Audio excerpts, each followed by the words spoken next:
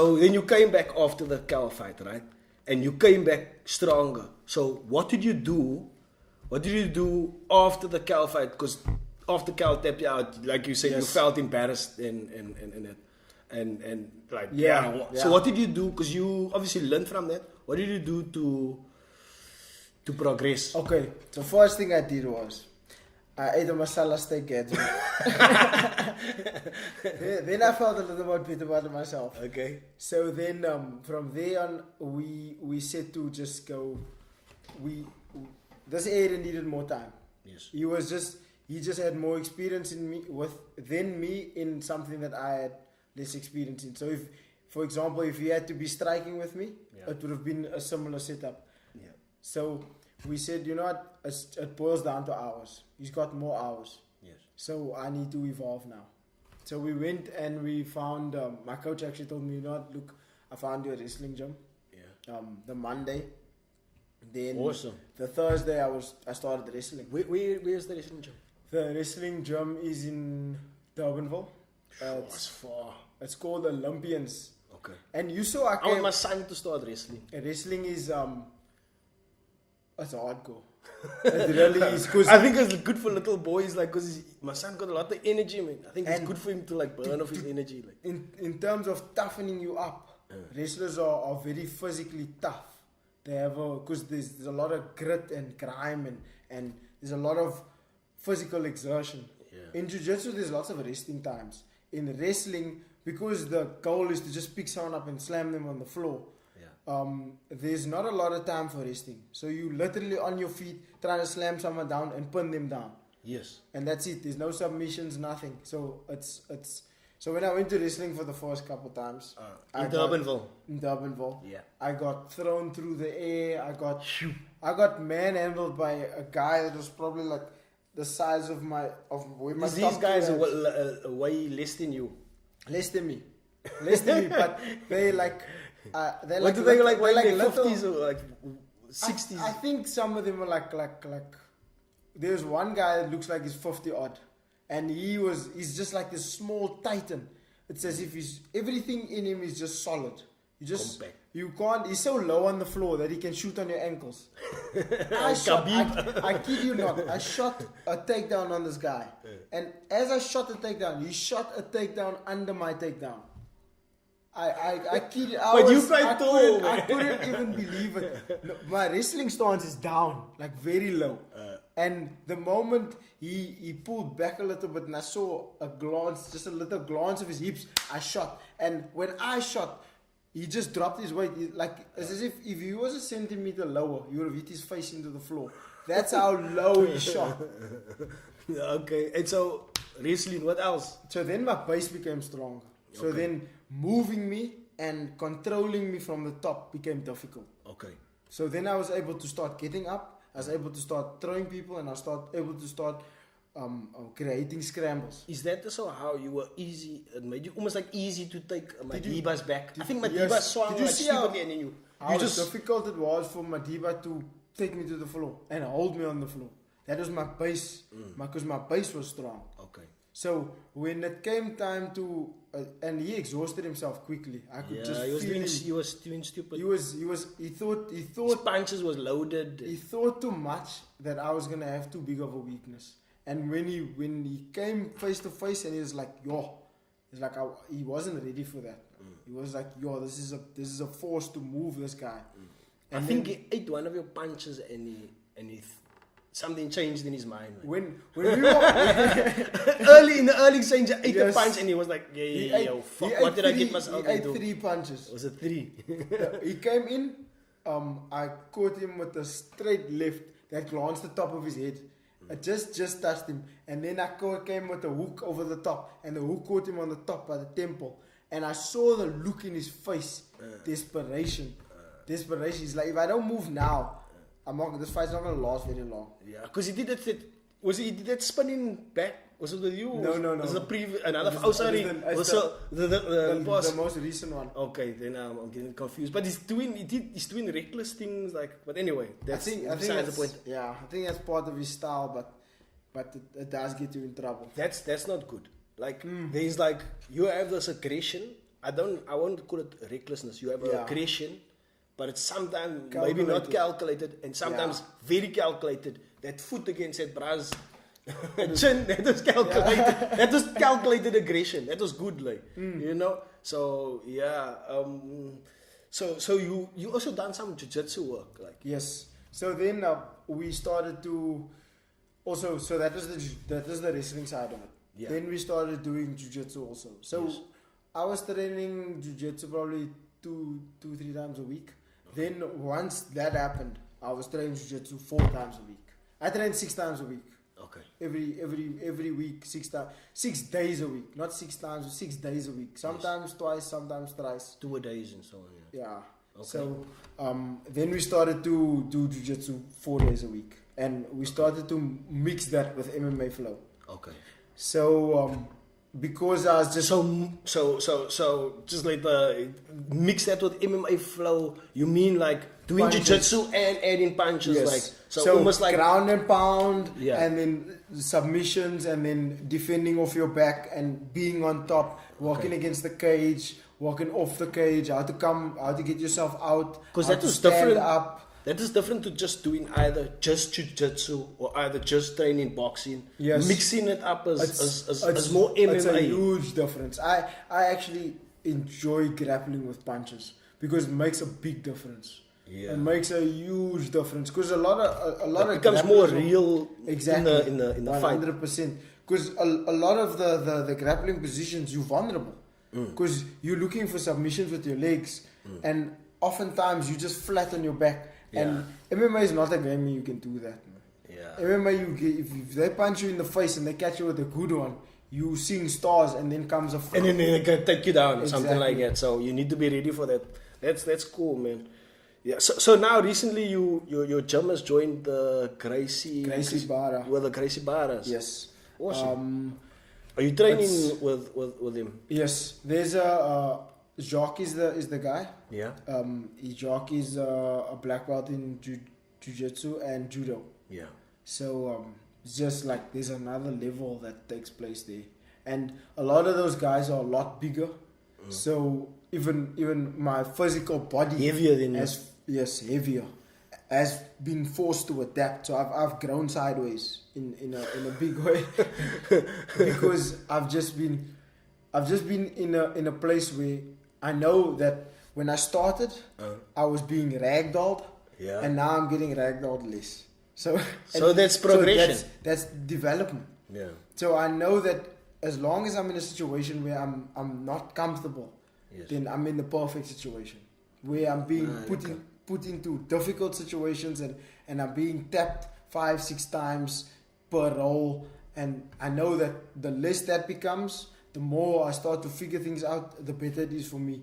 And already my positioning, my understanding, the steps of jiu-jitsu, because I had started jiu-jitsu literally a week before my MMA debut. I was very inexperienced, even as a pro.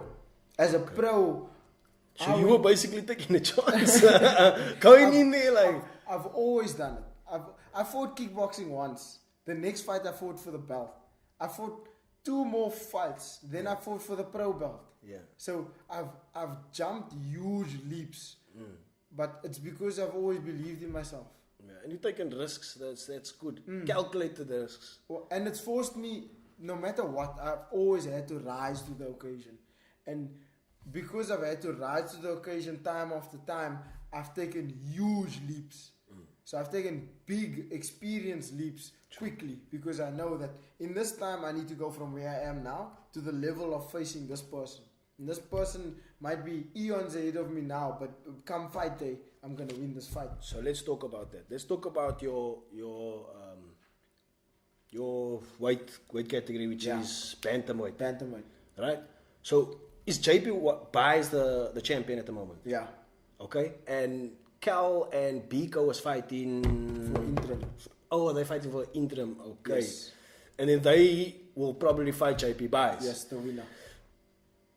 So you are not far off them. How do you see this playing out? How you're gonna obviously try to make a run for this title. 100%. How is it gonna play out? If Cal wins the fight, right? He fights JP Buys, right? Yes. Then I probably end up fighting the loser, which will probably be Biko or whoever loses the fight. Okay. I don't mind. I think you can beat Karl. I do think so. I think you can beat Karl, but you need to. No, I can.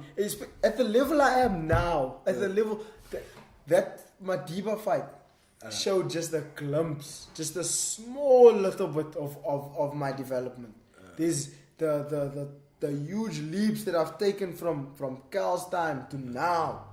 I think you're significantly stronger than Karl, and your striking might be on par a bit better. His ground game might be like better, but I think your aggression and your strength, you can take him. You can take him. There is ways to solve the code. Like you just need to solve the right or solve for X in the right way. If Karl and I was to start in the same position with him pushing me against my back against the fence, you say he'll know what to do. I would probably either tap him or I would get back to the center and he'd be forced to strike with me.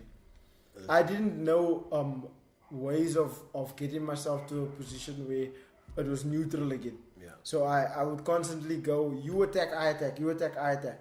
But because I understand the steps of jiu-jitsu, the rules, you go from survival to defense to control to finish. To attack. Yeah. So you go from survival to control, to defend, to improve, to control, to finish. Okay.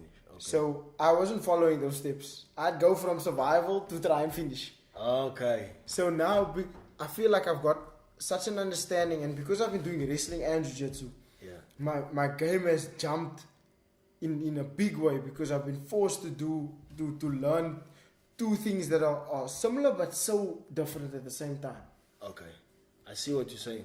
And also in the striking department, what I was doing against people like Sebeko is that is nothing. But that's literally you a bigger guy. How much do you weigh now? 66. 66, and how much do you cut to? 61. 61. Yeah. I used to walk around on 61.8. Okay, and how old are you now? 24. Since last week Tuesday. Oh, okay. Happy belated birthday. So you're still quite young. As you get older, you're obviously gonna put on more Ks. You know that, right? And it'll be more difficult to cut. Yeah. Or you in the future gonna move up to the next featherweight division? Featherweight division. Well, is your eyes on that? I'm kind of walking on featherweight now. Okay. So and for me, it's not, when it comes to cutting, I don't struggle at all. You've never struggled. I've never struggled. Okay. It's just a matter of losing fat. So it's just a matter of cleaning up my diet. So I just don't eat junk. I just eat the right stuff and the right amounts. See, as human beings, we have a stomach the size of our fists. Yeah. But we eat meals this big. Yeah. Which is 3 times the times of our... I know, yes. So we walk... We gluttons like so a lot of time. We force our stomachs to hold too much. Yeah. Tell me about your diet. What are you on, a high protein vegetable diet and low carbs? Mainly veg and white meat. And white meat. White meat. Why not red meat? Red meat sits too long in the system. Is it? Yeah, so I'm so good at my bowel movements. I've got such a good understanding for it that I know what I've eaten when it comes out. Okay. So when it comes to red meat, it just stays there too long. Different people's body process different foods differently. For me, I feel okay. Again, like red meat is like a key factor for me. Whereas like white meat, not so much. So I don't know why. I also heard like that red meat is almost like almost like give you more aggression. Have you heard that? It's the animal inside or something like it. It might not be true, and the vegans out there is hating like what we're talking about here. But anyway, yeah, that's for me red meat, and the fat also on red meat, like I feel that can sustain me for quite longer. But that's just how my body did. At times I can obviously have a high metabolism. So myself also. At times I can have a today, for example, before sparring, I had a bowl of seeds, mixed cheese, chia seeds, sunflower seeds, pumpkin seeds, coconut. Just seeds. Just seeds. And there's flax seeds. Okay, there's a whole bunch. Yeah. And then just some yogurt with that. Okay. And just plain yogurt. Just plain yogurt. And then no fruity yogurt. Just on special. There's sugar in there, bruh. Sometimes. Anyway. Then I ate that, and I was at the gym at 11, and I trained till 4. Okay. And no, we ended early today, till 3. And I was sustained for that whole time. Sure, but that... So to me, I can't eat heavy meals because the digestion process tires me out.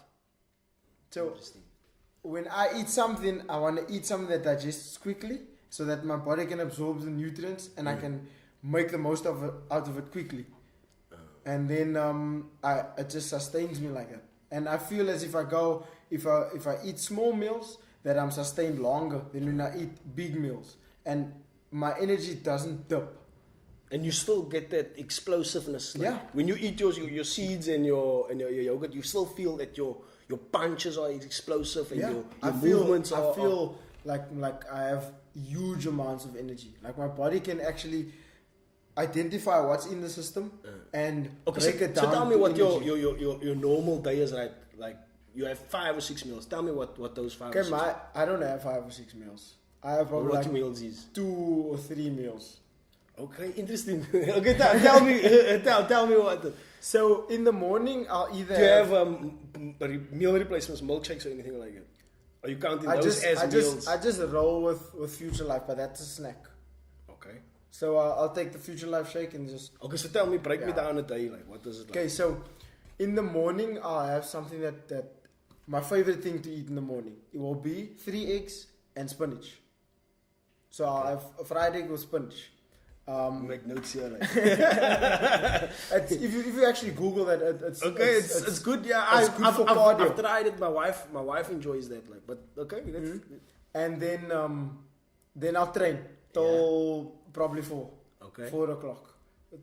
My training is usually about 3-4 hours, and then I'll get home and I'll prepare a meal. So I'll have pasta. I'll have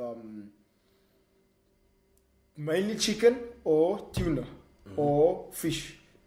That's why you say your white meats you prefer, yeah? And then I have that with broccoli or whatever veg is popular at the time. Yeah. Or just a roast veg mix. Yeah. And then I'll either add pasta to that or I'll just have that and that. Okay. So you do have your carbohydrates as well. You don't steer away from it completely or anything like it. I don't. When it comes to the last week of the fight, then I cut my carbs down.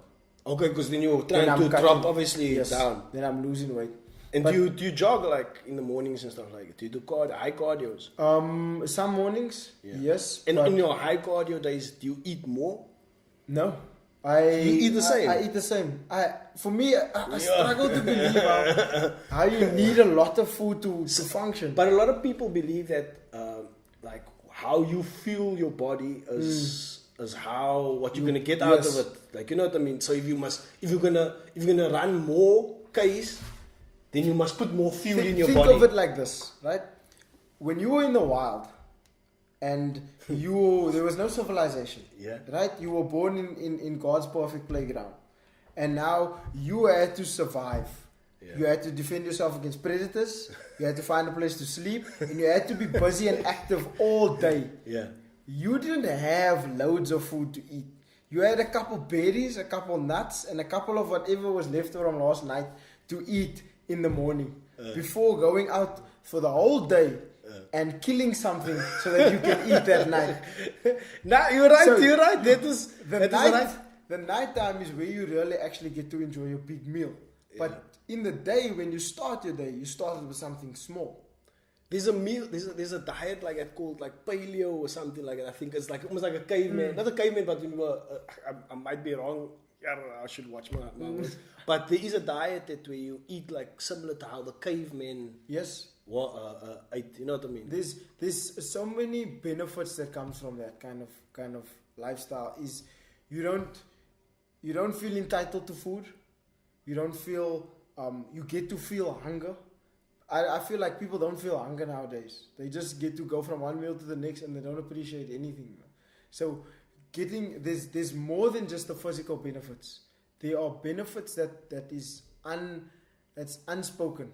Yeah, like greed is almost like a sin. Exactly. Greed is one of the sins. Exactly. 7 deadly sins, and that's what you say now. It's like people go from one meal to another, and they might not even be hungry. They're just like, they just want to eat for the sake of eating. Or people eat for pleasure nowadays. Yeah, which is completely wrong. Eating is for sustenance. Sleeping is for sustenance. It's not supposed to be hobbies. That's interesting that you speak this, and more people should like.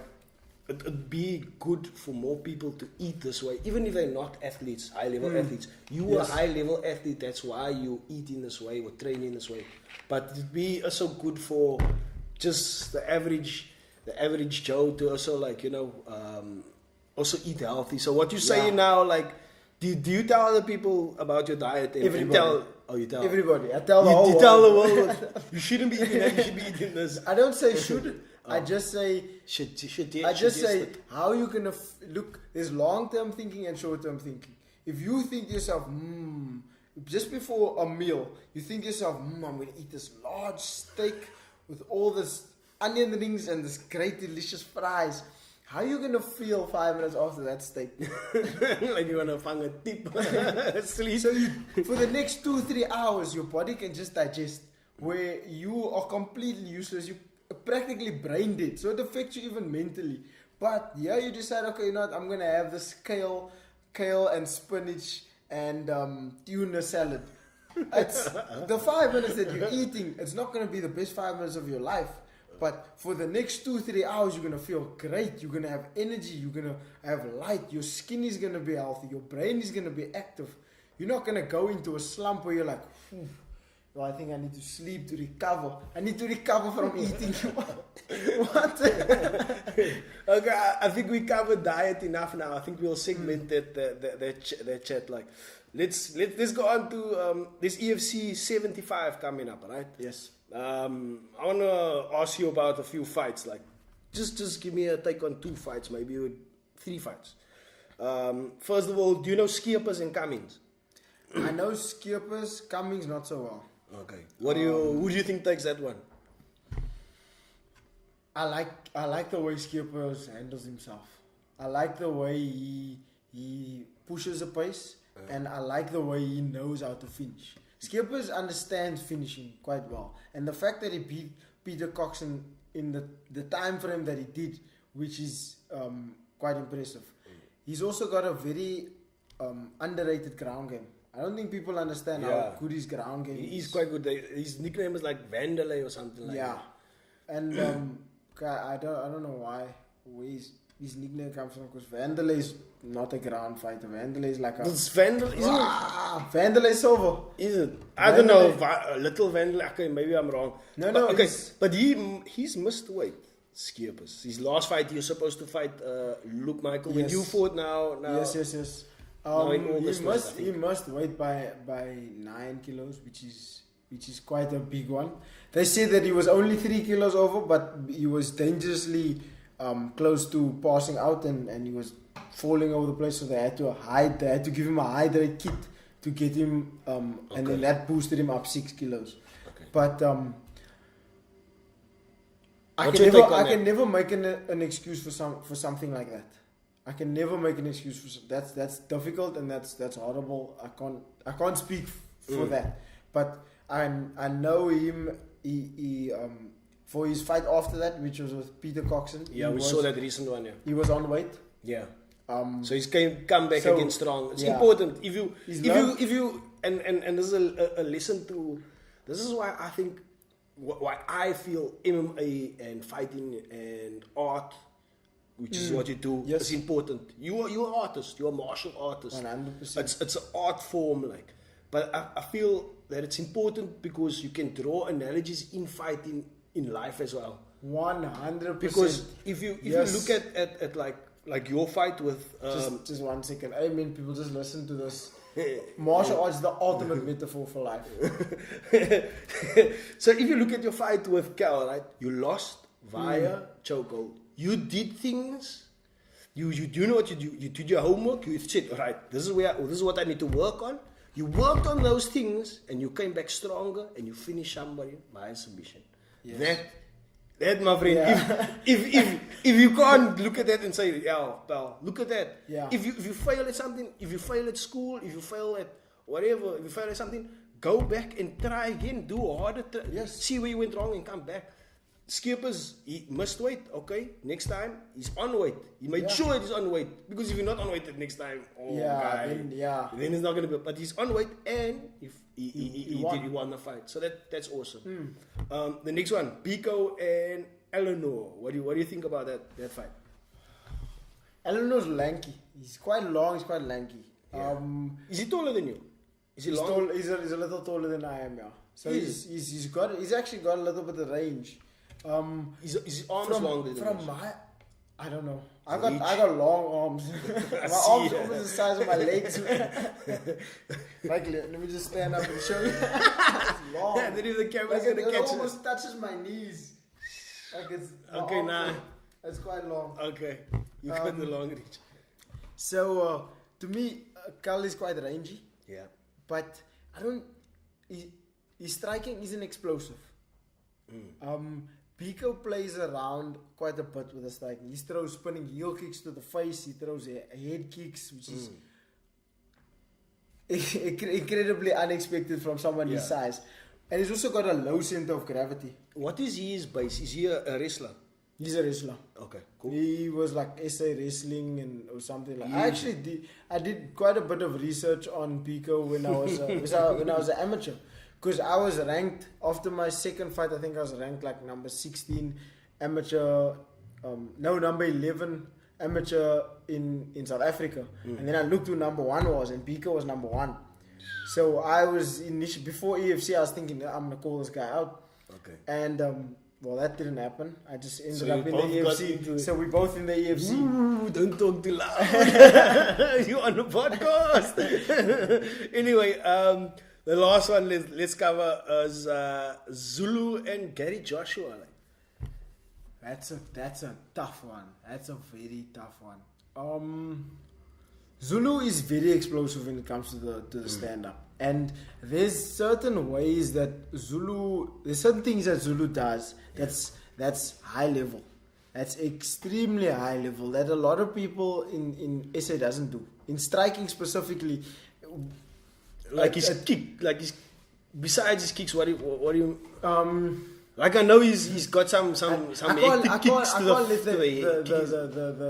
the cat out of the bag completely, but the way he moves, the way he moves is very calculated. When he's punching, his positioning is good. Okay, so yeah, that's and a lot of people don't have that quality of positioning. Yeah. So if you don't know how to counter that, you're gonna get smashed in the face. Also, Gary Joshua is extremely tough. I don't think that he's the kind of guy that you're gonna just break. Yeah. I think he's the kind of guy that you need to either knock unconscious or choke unconscious, or something like that, or kind of beat him to the judges, kind of thing. So, to me, I see that in the first couple of rounds. It's 5 rounds, eh? It's 5 rounds. It's a championship fight. In the first, if Zulu's cardio is also good, man. I don't know. I just it's a tough one. If it can go to the floor and Gary's got a big advantage on the floor. Yes, he's a brown belt. So if he can control, here's the thing. He has that grindy type of vibe to him.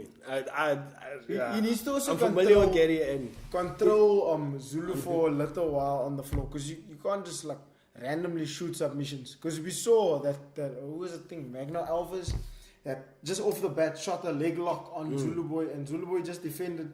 Did you see how he was twisting his leg though? Like it was almost like going halfway behind. Like it was going in a totally different direction. Did you see that? Yeah, it's weird. And Zulu Boy has also been in the Tough. Yes, the Ultimate Fighter. And he lost on the ground as well, but he lost to a wrestler.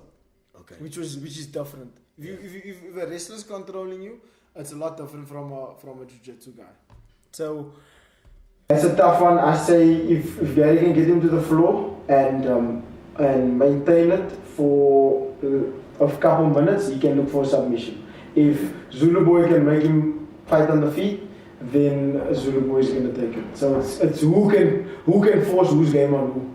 Sure, that's I also don't know who's gonna win, but like for me it's like I think if Gary gets him on the ground and Gary just grinds, I think Gary might stand a better chance than the other Alves guys did. Then they are on the ground. Gary. Sorry to no. Gary for the last few opponents of Zulus, he stands the most chance. Yes. For the last couple of people that Zulus fought, Gary stands the best chance of actually winning. So I'll do it to him. The title. He must take that title this year, and in 2019 you take him to Cape Town, almost all the way up Cape Town. I don't think Cape Town was Cape Town. I don't think Cape Town's had a flyweight champion or a bantamweight champion. Okay, Irshad was interim. He was an interim champion. But there's never been a bantamweight champion from an actual champion, unified champion from Cape Town in the flyweight division or in the bantamweight division.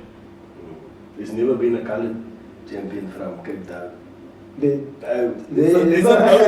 think you should have got the race, man. I was always looking if you're somebody that from your neighborhood is there on that screen. Yes. You know what I mean? That's how I feel like. I'm not being racist or prejudiced against any other race, but they are represented at a high level. Yes. It would be awesome if you, from a neighborhood like everybody else here, they see you on SABC, sorry. Yeah. If they see you on SABC, that brother look like me. His name is Faeez Jacob. His name is like exactly like mine. Yes. He's a troublemaker like I am at school. You know what I mean? Maybe I can also do that. Like so that's how I see it. Like it's not a race card thing or anything like that. 100%. And to me, that's something I put forward all the time. I work with youth.